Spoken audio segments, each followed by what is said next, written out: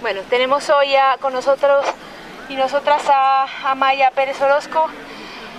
Amaya ha sido una de las impulsoras de grupos que desde el principio en el 15M desarrollaron alternativas y propuestas de alternativa, y bueno, concretamente en el grupo de feminismo de economía. Amaya la hemos tenido aquí en otras ocasiones y como siempre nos ha aportado una propuesta que viene ya desarrollándose desde hace mucho tiempo en muchos ámbitos, en donde realmente lo que nos plantea es qué vida nos merece la pena vivir, ¿no? Y yo creo que en este momento de tanta urgencia electoral, donde las personas que estamos activas tenemos que multiplicarnos por 10 para dar abasto y justamente tratar de mantener espacios como estos, que de alguna manera van desapareciendo poco a poco ante esa urgencia electoral que parece que fuese prácticamente el único objetivo que tenemos, pues entonces yo creo que viene muy bien esta reflexión que nos trae de nuevo Amaya a esta asamblea. Todos y todas estamos muy cansadas, me imagino, yo por mi parte desde luego, y ya digo que en esta movilización frenética que tenemos, pues esos elementos que ya anticipaba Amaya en la invitación que teníamos para esta asamblea, yo creo que pueden desgranar y nos permitirá incluso tener un debate después de tu intervención. Bueno, dejo a Amaya con vosotras y bueno, pues muchas gracias por seguir viniendo a este ámbito, a este espacio de debate. Bueno, pues muchísimas... ¿Bien? ¿Se oye bien? Sí, perfecto. Muchísimas gracias a Liliana por la presentación y en general a Economía Sol por la posibilidad de estar aquí. Y también la verdad es que es una pasada que esto lleve más de 3 años celebrándose prácticamente todos los domingos. Ya el último año ya comentaban que los domingos de pleno enero no, pero vamos, prácticamente desde que esto se hace vivible, aquí estáis. Y bueno, que realmente es un espacio de construcción colectiva que es súper valioso. Entonces es un gustazo poder estar aquí. Muchísimas gracias. Sí que querría engarzar con lo que decía Liliana. Efectivamente, estamos en un momento como de urgencia electoral donde parece que nos arrastra, ¿no? Que nos lleva las energías, las fuerzas, el pensar cómo implementar esta idea de construir un mundo distinto, cómo aterrizarla en lo electoral, en una propuesta institucional, de política institucional, pero que esto no puede implicar que dejemos de lado otros debates más de fondo que son también imprescindibles. Es decir, que necesitamos modificar expectativas de vida, necesitamos modificar imaginarios, necesitamos modificar el qué creemos que es la vida en conjunto, en común, y esto no puede estar supeditado a los ritmos electorales. Yo ahí estaría de acuerdo. Entonces, la cuestión es cómo conseguimos trabajar a diversos niveles a la vez. Al nivel de la urgencia institucional, de la urgencia de la política electoral y al nivel de la transformación de base, de la transformación profunda, ¿no? Entonces, por ahí efectivamente yo querría engarzar y creo que este es uno de los sitios que permiten hacer ese salto, ¿no? entre la urgencia y el fondo de la cuestión, por decirlo de alguna manera. Yo tengo mucha tendencia a enrollarme y no querría hacerlo porque, entre otras cosas, eso es cargarme el espíritu 15M, que el espíritu 15M puede ser que alguien inicie un debate, pero que haya debate, no que haya un monólogo. Entonces, a ver cómo lo consigo, espero no enrollarme demasiado. Y muy brevemente, para que veáis el hilo de lo que a mí me gustaría transmitir, que lo que yo querría transmitir es, creo, lo que estamos trabajando muchas compañeras y compañeros desde distintos frentes. Yo, digamos que trabajo más en el ámbito de los feminismos, entonces viene como más marcada por ahí, pero en confluencia con otras miradas críticas o con otras formas críticas de estar en el mundo, ¿no? Del decrecimiento, del ecologismo, etcétera. Yo querría empezar muy brevemente situándonos en el momento de crisis civilizatoria, el momento, como dicen desde el ecologismo, de tránsito en el que el mundo está cambiando, para argumentar que necesitamos tener un debate colectivo sobre hacia dónde queremos cambiar. Entonces, que necesitamos tener, digamos, un lugar común de encuentro que nos marque la dirección hacia la cual queremos llevar el cambio. Lo diré en términos directamente, necesitamos una utopía común. Entonces necesitamos discutir sobre cuál es nuestra utopía.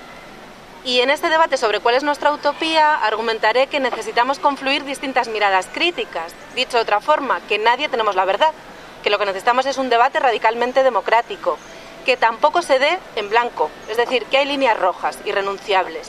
Entonces argumentaré esto y luego hablaré un poquito de cuáles son, a mi juicio, los aportes que una mirada feminista hace en este debate, sobre todo visibilizando el conflicto entre el capital y la vida y las dimensiones que tienen que ver con la desigualdad de género que permiten mal sostener un sistema que ataca lo vivo. Y terminaré con algunas ideas así básicas de por dónde tendríamos que replantearnos la idea de vida que merece ser vivida y cómo la sostenemos, partiendo de sobre todo esos tres ejes, de los feminismos, del decrecimiento y del ecologismo, ¿no? Todo esto, como en 35 o 40 minutos para que luego podamos debatir. Espero no ir muy rápido para que se entienda, pero aún así tener luego tiempito de debate. Entonces, en primer lugar, la idea de que estamos viviendo una crisis multidimensional acumulada que precedía al estallido financiero, que de hecho el estallido financiero no es la crisis. El estallido financiero se convierte en crisis a través de las políticas que se ponen en marcha para recuperar las tasas de ganancia atacando la vida, atacando las condiciones de vida. Entonces la crisis venía de mucho antes, estábamos luchando ya porque se reconociera que existía una gravísima crisis ecológica, una gravísima crisis de reproducción social en un montón de países del mundo, que incluso en estos sitios donde se supone que vivíamos muy bien y que los indicadores de mercado iban bien, la vida no iba bien, que teníamos serias dificultades para cuidar a menores, para atender a las personas mayores en situación de dependencia, para compaginar las distintas dimensiones de nuestras vidas, o sea, la dimensión que tiene que ver con el mercado, la dimensión política, la vida en lo cotidiano, el cuidado de nuestras mismas, de nuestra casa, es decir, hablábamos de una crisis de cuidados que lo que intentaba era sacar a la luz que se nos estaba supeditando la vida a los ritmos del mercado, para que los ritmos del mercado fueran bien. Todo esto estábamos intentando sacarlo a la luz ya antes de 2007 y no se reconocía como crisis. Llegó el estallido financiero y a eso sí le pusieron el nombre de la crisis, es decir, el problema a resolver entre todas y entre todos. Nos negamos a esto. Decimos, por tanto, que la crisis no es el estallido, que la crisis venía de antes, que es multidimensional, que es acumulada y que en última instancia tiene que ver con el modelo de sociedad de civilización, aunque suene muy grandilocuente, en que vivimos. A mí me gusta, a varias nos gusta la metáfora, porque decimos que el mundo que está en crisis es el capitalismo, pero que el capitalismo es heteropatriarcal, es decir, que se basa en la desigualdad entre mujeres y hombres, que es medioambientalmente destructivo, que es colonialista, que es imperialista. Entonces, para resumir, y en vez de hablar de capitalismo heteropatriarcal, racialmente estructurado, globalizado, etc., decimos esta cosa escandalosa. Entonces, la idea es que esta cosa escandalosa está en crisis. Dicho de otra forma, que el mundo está cambiando. Y como dicen desde el ecologismo, que el cambio, lo queramos o no, va a ser, que el cambio va a ser sí o sí. Entonces la pregunta no es si queremos cambiar el mundo en que vivimos, si queremos cambiar esta cosa escandalosa. La pregunta es, ¿queremos gobernar el cambio? ¿Queremos agarrar el cambio y llevarlo hacia un sitio que no sea el desastre? Porque si dejamos que se siga controlando y gobernando el cambio con los criterios de desigualdad y de mercado que se controla ahora, vamos abocados al desastre. Entonces la cuestión es no no poner en marcha un cambio que no está sucediendo, sino gobernar el cambio que ya está en marcha desde criterios de justicia, desde criterios de equidad, ¿no? Entonces, la idea sería esta, intentar gobernar el cambio. Y para gobernar el cambio, he aquí la idea de que lo que necesitamos es un horizonte de utopía.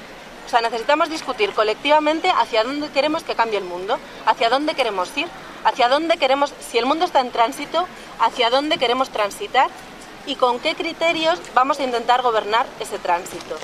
Y con esta utopía no nos referimos a que tengamos que definir un lugar de llegada cerrado y con manual de instrucciones. O sea, no se trata de tener un mundo cerrado hacia el que cambiar, pero sí tener un cierto lugar común hacia el que ir dirigiéndonos, que en el camino irá cambiando. Pero tener efectivamente esa utopía común. Y a esta utopía yo lanzo, y creo que desde distintos sitios se está lanzando, ¿por qué no llamarla buen vivir, ¿no? Entonces, ¿por qué no tener un horizonte común de cuál es el buen vivir, de cuál es la vida que queremos vivir colectivamente y cómo queremos organizarla?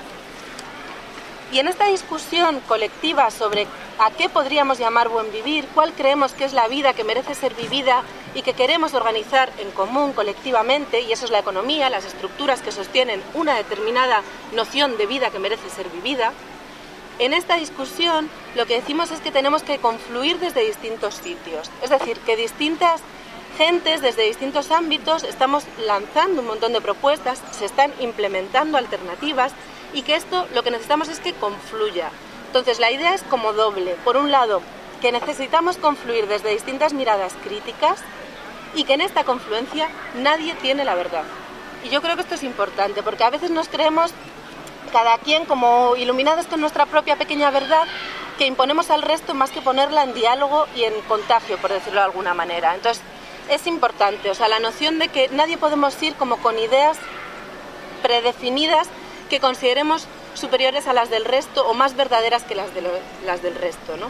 Entonces, la confluencia de miradas críticas donde nadie tiene la verdad, que agarren este debate que ya está teniendo lugar sobre cuál es el mundo que queremos vivir, porque esta sería la siguiente idea.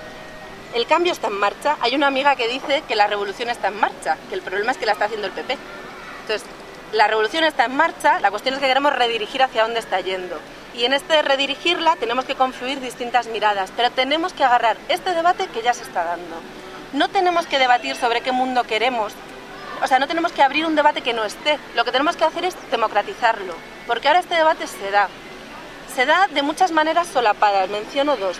Se da en primer lugar bajo argumentos técnicos, muchas veces. Pensamos que estamos teniendo un debate técnico sobre, por poner un ejemplo, cuáles deben ser los tipos impositivos de X o de Y. Y este debate técnico, en el fondo, está ocultando un debate ético y político sobre cuál es la vida que queremos vivir y cómo queremos organizarla en común.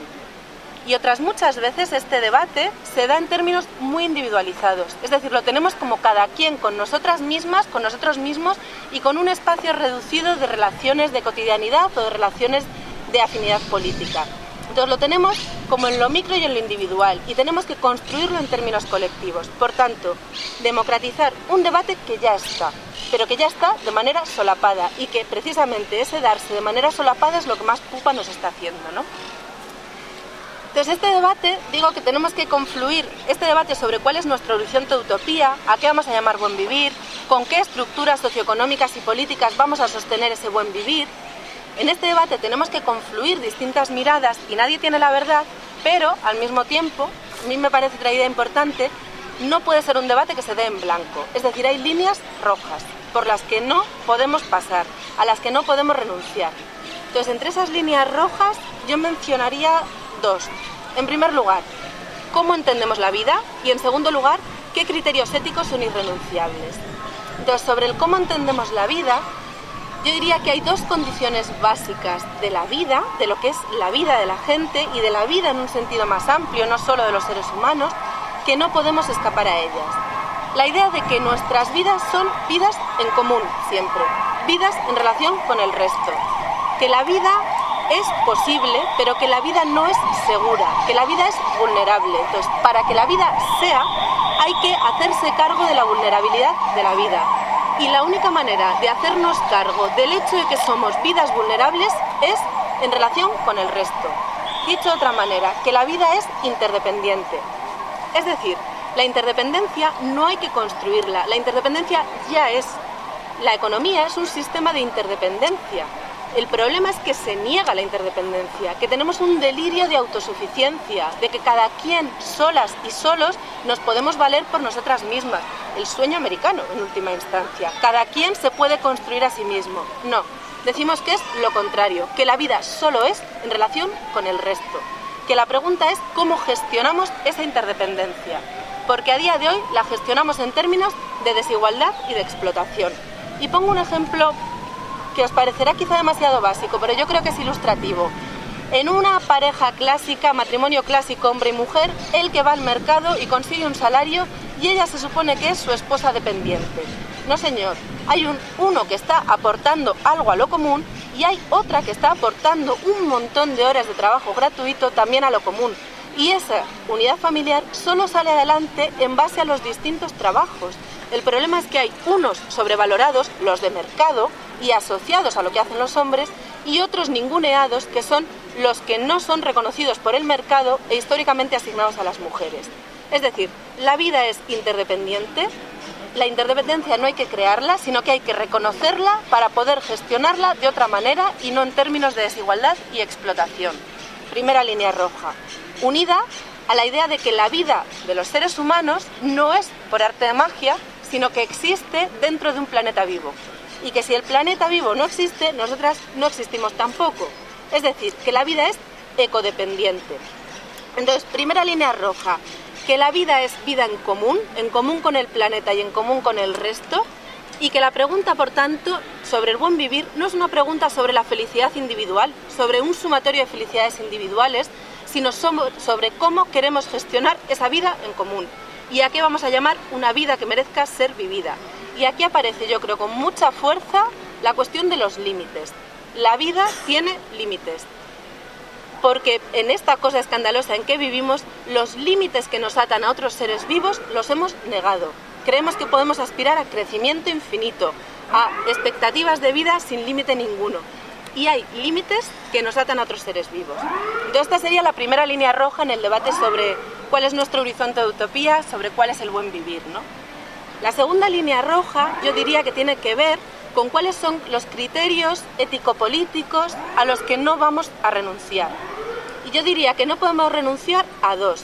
Primero, al criterio de universalidad y segundo, al criterio de singularidad. Al de universalidad, supongo que se entiende bien, me refiero a que no podemos discutir sobre qué es el buen vivir si ese buen vivir no es accesible para todas las personas del mundo. Es decir, no puede ser el buen vivir de una parte de la población a costa del mal vivir de otra parte de la población. Y pongo un ejemplo. El buen vivir no puede ser tener una empleada de hogar para que limpie toda la mierda que genero cotidianamente, porque entonces el mundo se dividiría en dos, en quien tiene empleadas de hogar y luego las empleadas de hogar y sus núcleos de convivencia. Entonces el buen vivir o es para todo el mundo o no es un horizonte de utopía. Pero esto no implica que la vida sea lo mismo para todas las personas del mundo. Es decir, que esta idea de universalidad hay que vincularla o complementarla con la idea del respeto a la diversidad y la diferencia, o lo que llamamos el criterio de singularidad. Es decir, que la diversidad, que la diferencia no se convierta en desigualdad, que haya espacio para distintos buenos vivires.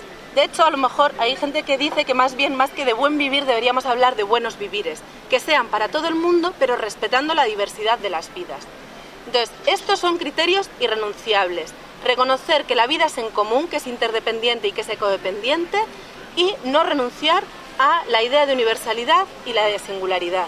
Y esto, yo personalmente, y luego si queréis lo discutimos, lo llamaría una propuesta de izquierdas. Entonces, hay en sentido genealógico, porque se vincula a lo que la izquierda ha reivindicado históricamente, que la vida es en común y que tiene que haber espacio para todo el mundo con su diversidad. Entonces, esto son líneas rojas en el debate sobre el buen vivir, donde tenemos que confluir desde distintas perspectivas, ¿no? Y voy ya a qué propone o qué plantea aquí, dentro de esta confluencia de distintas perspectivas, que respeten estas líneas rojas, qué plantea el feminismo, ¿no? Entonces, el feminismo, bueno, plantea muchas cosas, yo señalo algunas de ellas. El feminismo, ya sabéis, tampoco es unitario, sino que es diverso, hay distintas miradas. Pero digamos que la propuesta fundamental del feminismo, sobre todo a la hora de mirar la economía, sería la idea de desplazar a los mercados del centro y poner en su lugar la sostenibilidad de la vida.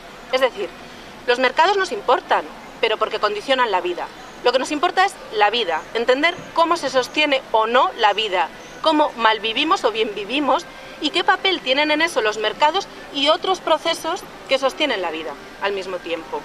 Pero desplazar, por tanto, el eje analítico y político de los mercados a la sostenibilidad de la vida. Y los mercados verlos como un elemento secundario que condiciona profundamente la vida. De hecho, aquí hay una tensión importante, que es cómo ver desde la propia vida a los mercados, cómo no tener los mercados en el centro en un mundo donde los mercados efectivamente están en el centro. Entonces, cómo conseguir desplazarlos de nuestra apuesta política y analítica, pero sabiendo al mismo tiempo que es que en el mundo que hemos construido son el epicentro, son el eje central, ¿no? Entonces, la propuesta central, ya digo, es poner en el centro los procesos que sostienen la vida, y esto implica abrir dos preguntas. Primero, ¿de qué vida estamos? Primero, ¿cómo sostenemos la vida? ¿Qué distintos trabajos, qué distintos procesos de generación, de distribución de recursos sostienen la vida? Y segundo, ¿de qué vida estamos hablando? Es decir, ¿a qué aspiramos cada quien y como conjunto social? Y luego establecemos las estructuras socioeconómicas que permiten o no sostener eso, ¿no? Entonces, abrir la doble pregunta: ¿cómo sostenemos la vida y a qué estamos llamando vida? ¿A qué estamos llamando vida que merezca la pena ser vivida, ¿no? Y aquí, cuando hacemos ese desplazamiento de los mercados a la sostenibilidad de la vida, madre mía, está hoy movidito el día, ¿eh? Entre las bicis. ¿Eh?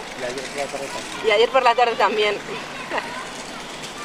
Bueno, entonces, en este desplazamiento de los mercados a la sostenibilidad de la vida, lo que vemos con mucha fuerza es que el sistema, esta cosa escandalosa, es perversa porque ataca la vida y porque construye una noción de la vida que merece que niega precisamente lo que la vida es, interdependiente y ecodependiente. Entonces, voy por partes, primero al cómo y luego al de qué vida hablamos. En el cómo, lo que decimos es que hay un conflicto estructural e irresoluble entre los procesos de acumulación de capital, en pocas manos, y los procesos de sostenimiento de la vida, hablando de la vida de todas las personas y de la vida humana y no humana al mismo tiempo. Entonces, que existe una contradicción estructural e irresoluble, que tiene distintas intensidades en función, entre otras cosas, del papel del Estado, que el Estado puede jugar ahí un rol equilibrando la balanza más hacia un proceso o hacia el otro, pero que en el fondo está siempre. De hecho, decimos que el estado del bienestar es el intento de conciliar lo irreconciliable. Condiciones de vida dignas para el conjunto de la población en el marco de una sociedad de mercado capitalista que garantice el proceso de acumulación de capital. Entonces, en este sentido, el estado del bienestar, hay un compañero que dice, es una excepción histórica, es decir, se ha dado en un momento dado por una correlación de fuerzas, pero tiende a autodestruirse, y en todo caso, incluso en sus momentos de mayor auge, se daba sobre la base de un montón de procesos ocultos que estaban sosteniendo la vida en un sistema que en última instancia no priorizaba la vida. Entonces voy un pelín más, me detengo un poquitín aquí. Decimos, por tanto, que hay un conflicto irresoluble entre el proceso de acumulación de capital y el de sostenibilidad de la vida, que si en otros momentos parecía un poco acallado y no queríamos verlo, con este momento de la respuesta política al estallido financiero se ha hecho más obvio que nunca. Y aunque parezca demagógico, pongo un caso que es obvio. Ha llegado el momento donde había que decidir colectivamente si se rescataban bancos desahuciando personas o si se rescataban personas dejando que se cayeran los bancos. Y la respuesta como conjunto social ha sido clara. Vamos a rescatar bancos aunque eso signifique desahuciar personas. Es decir, el conflicto capital-vida se ha hecho hipervisible. Absolutamente obvio, pero de tan obvio no lo hemos querido ver o no nos han hecho que no lo viéramos, diciéndonos que si señalábamos esto estábamos haciendo demagogia, digamos, que estábamos dando una respuesta excesivamente simple a lo que era una cosa mucho más complicada. Entonces, el conflicto capital-vida es estructural en nuestras sociedades capitalistas heteropatriarcales, en esta cosa escandalosa. Y lo que decimos es que lo que implica, en última instancia, es que en este sistema ni existe ni puede existir una responsabilidad colectiva en sostener la vida. Porque la responsabilidad colectiva está puesta en garantizar los procesos de acumulación de capital, como hemos visto en este momento de crisis, rescatar bancos aunque se desahucie a la gente. Pero aquí no acabamos, vamos más a fondo y decimos, ¿y entonces cómo se sostiene la vida en un sistema donde la vida no es responsabilidad común, sino que la vida está constantemente bajo amenaza? Entonces lo que decimos es, la vida se sostiene privatizando la responsabilidad de hacerlo. Es decir, no hay una responsabilidad común, cada quien se insertará mejor o peor en el mercado y el que la vida salga adelante no es responsabilidad del conjunto social, sino de cada quien en sus manos individuales y con sus redes afectivas. Es responsabilidad de lo privado doméstico, de las casas. Entonces es una responsabilidad, decimos, en primer lugar, privatizada, en manos de cada quien con los recursos privadamente disponibles, o dinero para acudir al mercado, o redes afectivas para hacer gratis todo aquello que el mercado y el Estado no te dan, y para en última instancia asegurar que todos los distintos procesos de generación de recursos confluyen y se trasladan y se convierten en vidas concretas mantenidas día a día. En la crisis esto lo hemos visto claramente. En un momento donde se han socializado las pérdidas del capital y se han privatizado los riesgos de la vida, la vida ha salido adelante porque se recoge la responsabilidad de hacerlo en las casas, en los hogares, en las familias, digamos. Entonces, y las familias no son cualquiera, las familias están sometidas a profundas normativas de género que marcan cómo construimos nuestro cotidiano. Entonces, en primer lugar, están privatizadas, es una responsabilidad privatizada. En segundo lugar, decimos, es una responsabilidad feminizada, es decir, no se reparte por igual entre mujeres y hombres, se asocia a la construcción de la feminidad. Y yo creo que aquí el caso más claro para verlo es la película de Los lunes al sol. ¿Os acordáis de la peli? Cuando ellos se quedan sin empleo, sin lo que es su labor asociada a la masculinidad, de salir al espacio de lo público, tener un empleo, ser reconocidos en su profesión, llevar un sueldo a casa, cuando eso se les hunde, se hunden como seres humanos, se quedan sin objetivo vital. ¿Cómo sale adelante esos hogares? Porque si recordáis, esos hogares salen adelante excepto uno, donde él estaba solo, no había ninguna mujer que termina suicidándose. Los demás hogares salen adelante, no sabemos muy bien cómo porque la película no habla de ello, es decir, lo invisibiliza una vez más, pero salen adelante los hogares y los hogares donde hay mujeres que están haciendo un poco de todo. Hay algunas mujeres que están en el mercado laboral, otras no sabemos muy bien qué hacen, desde luego se encargan de la casa, de los críos y la vida sale adelante. Entonces, hay una construcción perversa de la masculinidad donde los hombres se entienden en función de su rol en lo público, de su rol en el mercado, de su rol en el empleo y donde el ser mujeres se asocia a garantizar el bienestar del resto haciendo lo que haya que hacer para que la vida salga adelante. Sean trabajos gratis muchas veces, o sea también yendo al mercado y teniendo cualquier chapuza, cualquier trabajillo. Pero la construcción, la identidad de las mujeres se construye en base a garantizar el bienestar del resto. Entonces, retomo. La responsabilidad de sostener la vida está feminizada en el sentido de que se asocia a la construcción de la feminidad. Ser mujer es garantizar el bienestar del resto, ojo, a una costa del propio. Es decir, es una ética de la inmolación y del sacrificio muchas veces. No estoy con esto diciendo que todos los hombres del mundo estén solo volcados al empleo y todas las mujeres del mundo estén absolutamente inmoladas, pero sí que hay una construcción diferencial de los roles de la masculinidad y de la feminidad que son perversos. Entonces está feminizada en el sentido de que se asocia a esa construcción de la feminidad asociada a la inmolación, al sacrificio, donde te pierdes de vista a ti misma para garantizar el bienestar ajeno, y esto lo vemos también en los grupos políticos. Entonces, los roles de hombres y mujeres muchas veces son distintos, los que más brillan de cara afuera son los de los hombres, los que implican hacer todos esos trabajitos invisibles, poco valorados, pero que al fin y al cabo son absolutamente indispensables para que el grupo, la asamblea, el colectivo, lo que sea, salga adelante, muchas veces están en manos de las mujeres.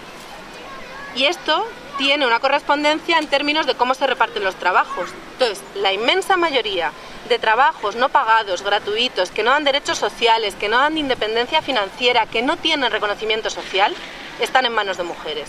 Podemos discutir, si queréis, sobre cómo los hombres se están empezando a involucrar en el trabajo no remunerado, lo que sea, pero hoy por hoy, la inmensa mayoría de trabajos necesarios para sostener la vida que no tienen valor social siguen estando en manos de las mujeres. Y luego decimos que está feminizada también en un sentido de cuáles son los valores bajo los que funcionamos. Entonces decimos que hay una valoración heteropatriarcal que valora sobre todo el mundo de lo público, de lo de fuera, del mercado, del crecimiento, de la producción, de la acumulación, y que esto es se asocia a los valores de la masculinidad, mientras que al mismo tiempo dejamos de lado y menosvaloramos el ámbito de la reproducción, de lo privado doméstico, de lo oculto, del mantenimiento de la vida, que de hecho lo consideramos como un mero estancamiento que se opone a la idea del crecimiento, de ir más allá, del hacer cosas realmente importantes, ¿no? Entonces, de nuevo lo dejamos si queréis para el debate, pero decimos la responsabilidad de la vida de sostener la vida, está metida en las casas, que son instituciones heteropatriarcales, está asociada a la construcción de la feminidad y está, en tercer lugar, invisibilizada. Es decir, de esto no hablamos, sobre esto no hacemos política, no construimos sindicatos, no construimos reivindicaciones políticas para ir a las elecciones, de esto no discutimos, es el marrón que tenemos cada quien en nuestro día a día, digamos. Entonces, invisibilidad en términos de que le quitamos poder a todo esto para cuestionar la estructura, que desde aquí no estamos haciendo un cuestionamiento del mundo en el que vivimos. Dicho de otra manera, la única manera de aceptar que vivimos en un sistema que ataca lo vivo es hacer desaparecer el problema, y hacemos desaparecer el problema metiéndolo en esos sitios que son los problemas de las mujeres y sus cositas. Entonces la única manera de aceptar que vivimos en un sistema que ataca a lo vivo es convirtiendo este ataque a lo vivo en el problema que resuelven cotidianamente dentro de las casas las mujeres. Entonces esto, en términos económicos, tenemos que ponerlo en primera línea de frente. Tenemos que hacer un cuestionamiento profundo de cómo desde ahí se están resolviendo los problemas de fondo del sistema capitalista en el que vivimos, ¿no?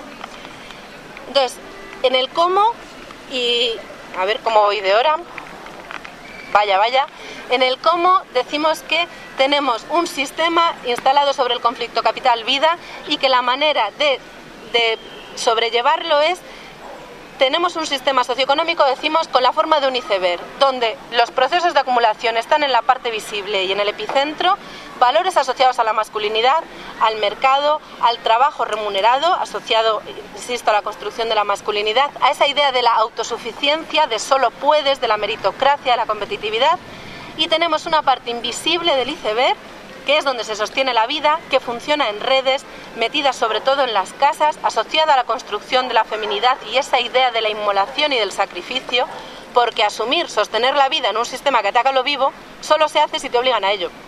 Porque te pierdes a ti misma, pierdes reconocimiento social, pierdes derechos sociales, pierdes una remuneración, pierdes autonomía financiera.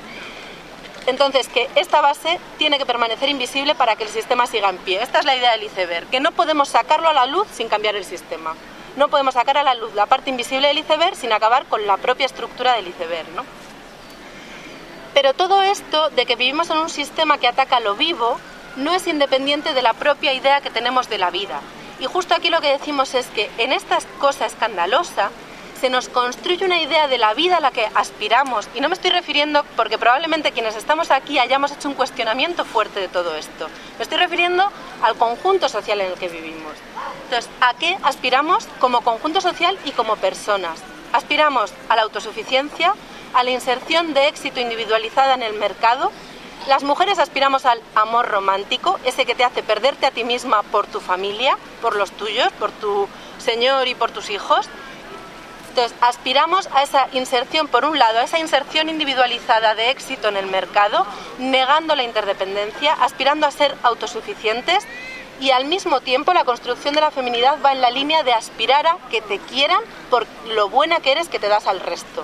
Entonces, digamos que la crítica es doble, la crítica al individualismo y la competitividad de mercado, pero reconociendo que esto no funciona de la misma manera para todo el mundo, que si todo el mundo fuera igualmente individualista y competitivo, el mundo no saldría adelante, que la forma de que salga adelante es con esa otra cara oculta, donde hay quienes pierden su propia vida en el darse al resto.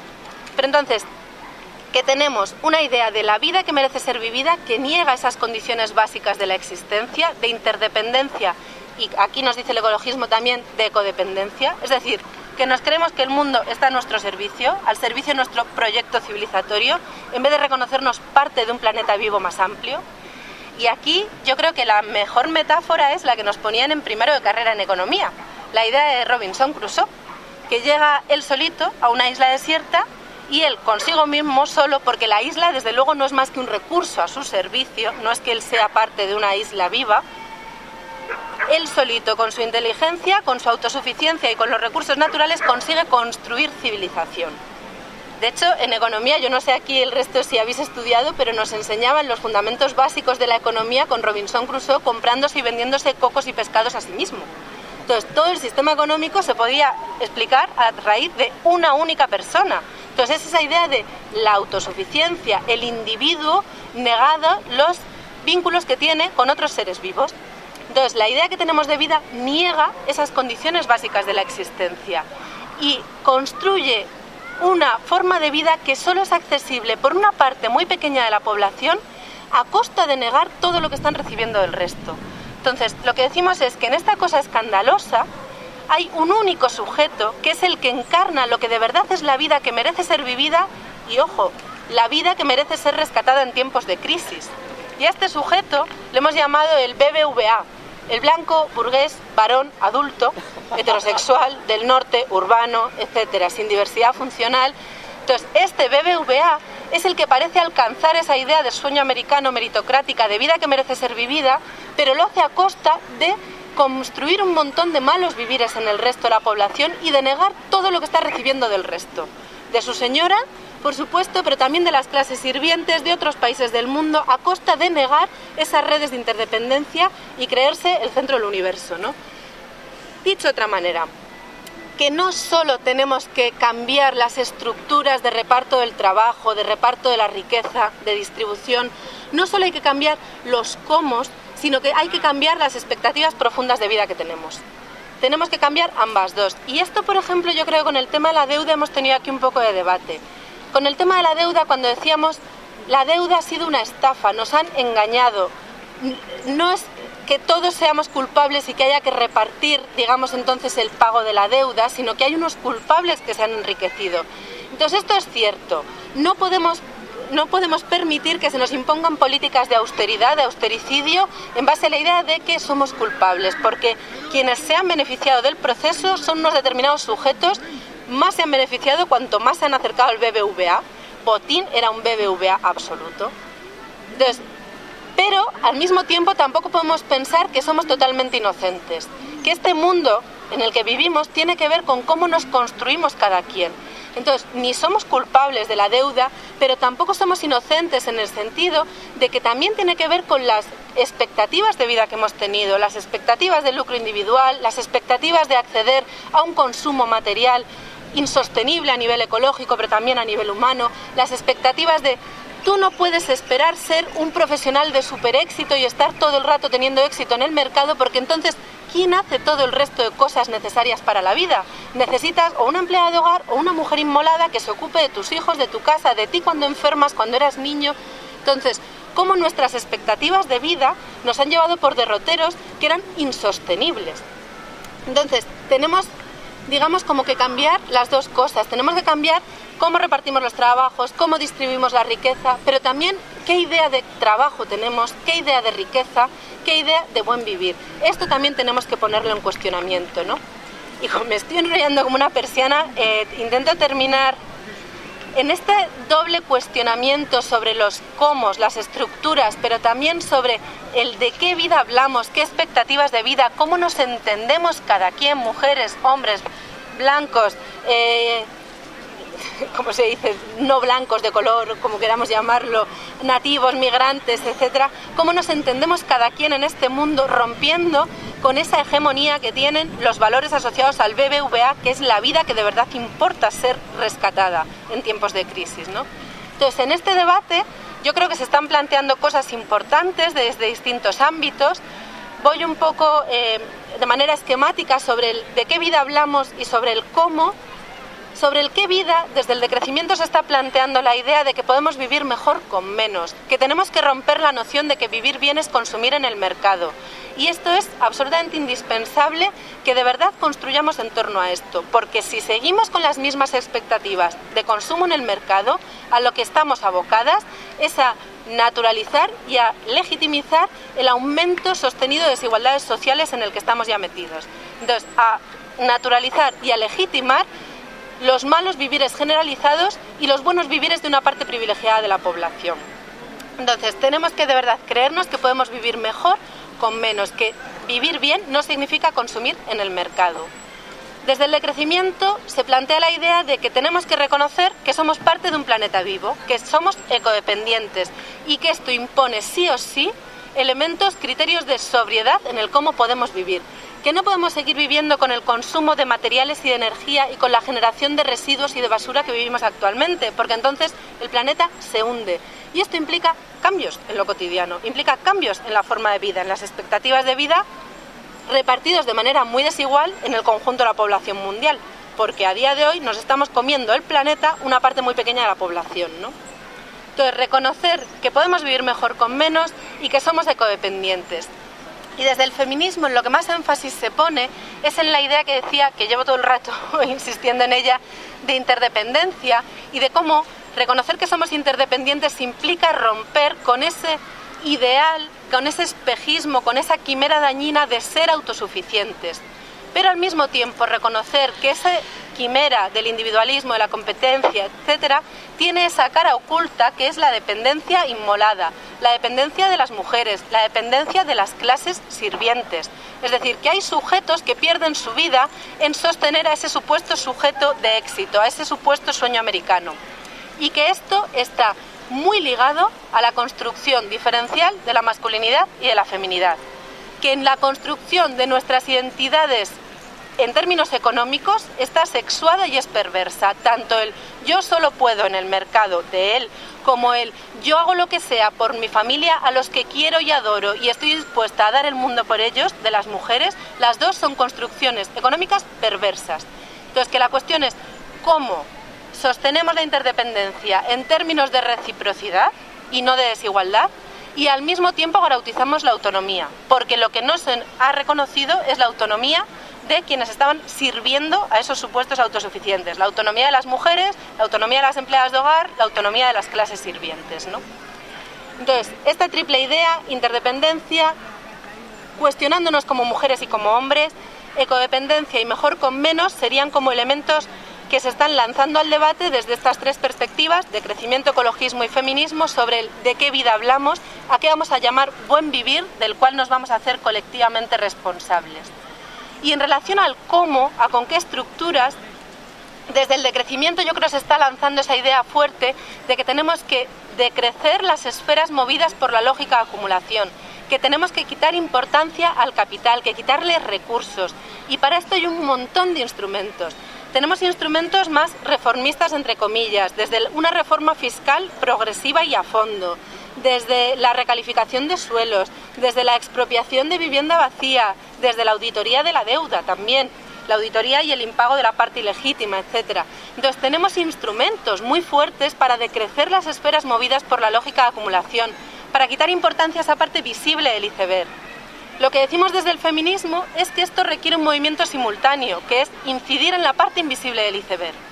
Y esto lo podemos llamar de distintas formas, pero podríamos entenderlo como que tenemos que democratizar los hogares, tenemos que democratizar las casas. Y esto implica al menos tres cosas.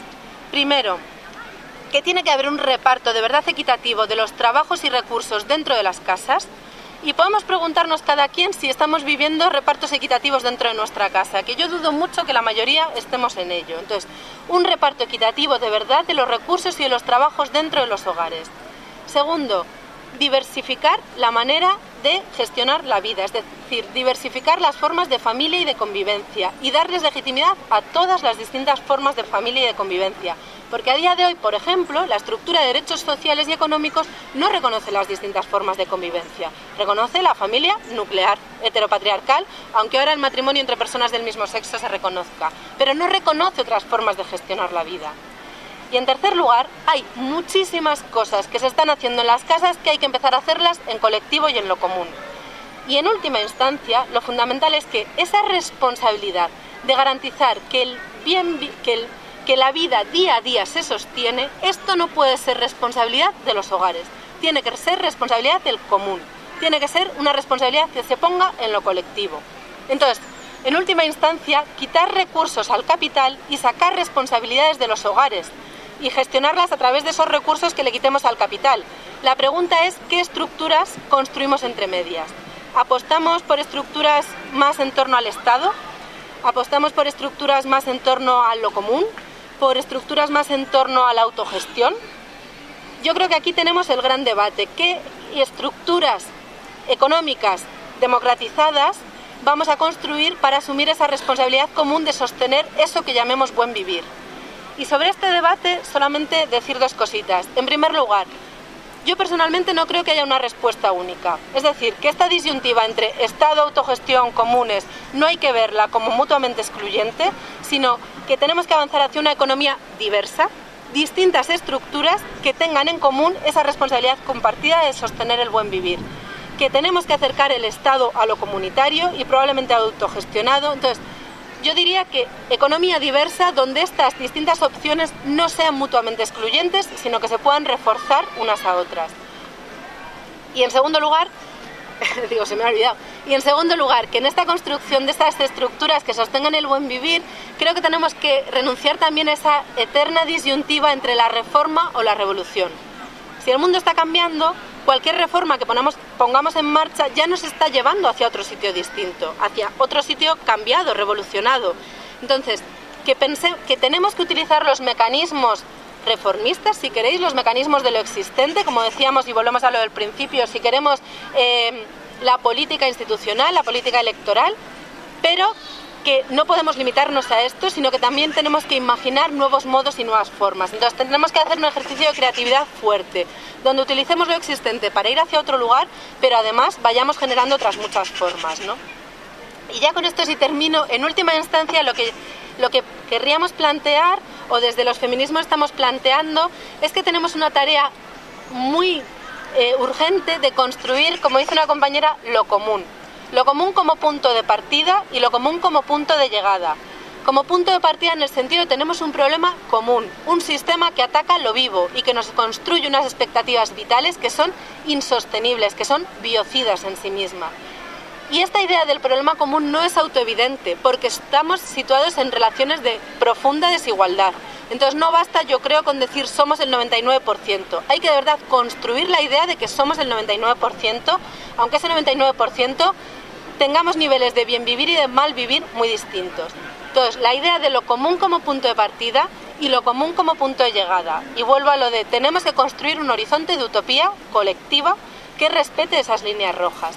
Y en esta construcción de lo común no podemos dejarnos de lado el reconocimiento de las dimensiones heteropatriarcales de esta cosa escandalosa en la que vivimos, de que tiene que ver con cómo nos entendemos como mujeres y como hombres, y que tiene que ver con la existencia de esas esferas económicas invisibilizadas y feminizadas, que esto no da el panorama de conjunto, pero que es un elemento absolutamente fundamental a tener en cuenta en ese cuestionamiento del mundo que vivimos y sobre todo en esa construcción de otra noción colectiva del mundo que querríamos tener, ¿no?